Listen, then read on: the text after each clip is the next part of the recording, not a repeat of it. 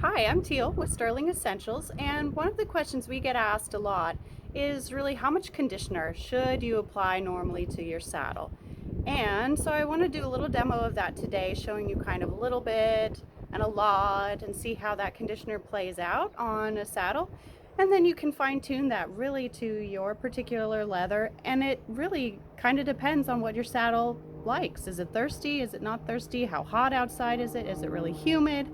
And you take into all those factors in determining how much conditioner your leather really needs. And I'll show you now on my saddle how I like to do my conditioner.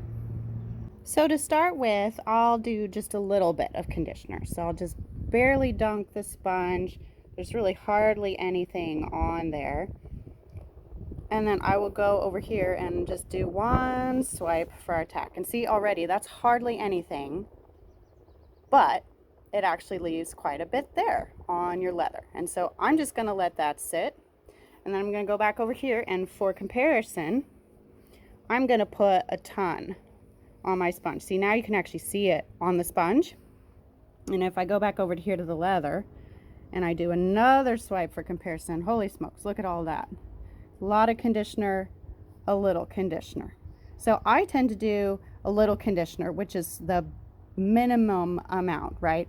It's kind of like with working with your horse, riding with your horse, training your horse.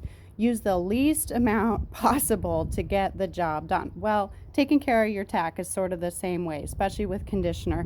You don't want to oversaturate your leather, so I like to use just a little bit. You can always add more later, but just to show you kind of how these will work, I do a lot over here, a little over here, and I'm going to let this sit for about 5 minutes, sitting here on this warm day in the sun, and then I will come back and show you what has absorbed and what hasn't and what to do next. Okay, so it's been about 3 minutes or so, and I want to show you what is going on already. Okay, about 3 minutes has already gone by. That went quick. And look at this, the lightest side where I put just a tiny bit of conditioner, that is already absorbed so nicely. Like, I look at that, smooth, no finish, no nothing, there's no residue. That is it. That's soaked in so beautifully.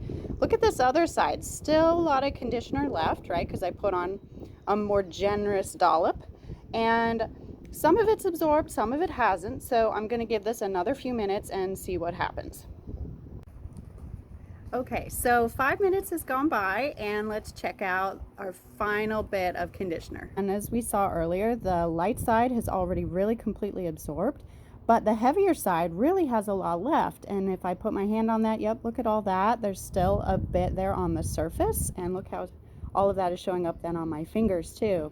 And so what that is telling us is that my saddle really didn't need all of that conditioner. It didn't absorb it. It's only going to absorb what it needs. The leather tells you what it needs. It sounds kind of silly, but that's really the truth of the matter. Just like your skin, right? It only absorbs as much lotion as it really needs, right? So obviously we don't want all of that leftover conditioner to sit on the saddle.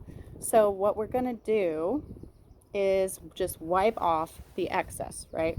Get a cloth, get a towel, just clean off that excess. You don't need it, you don't want it, you don't want to oversaturate your tack, you don't want to sit in that with your pants. So just wipe it off. All gone.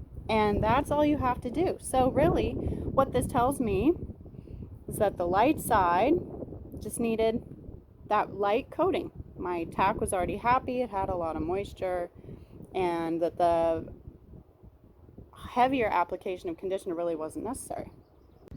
Okay, so I've wiped off the excess of conditioner off my saddle. Really, like I said, the saddle really didn't need it. It was perfectly happy with that lightest amount of conditioner, and that was really all I needed today. But you know what? If it's a really hot day, if it's super dry in the middle of hot summer, humidity is low, maybe because you're in Arizona or Southern California, well then you might need a lot more conditioner than what I put on today.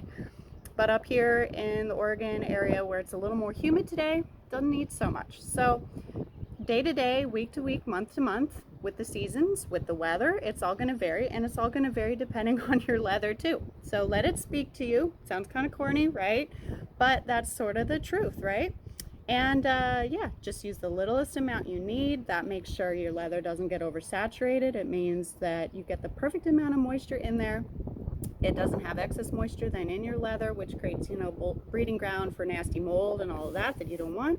Keep it healthy, keep it imbalanced, and there you go. Nice supple leather. Woohoo! That's what we all want. See you next time.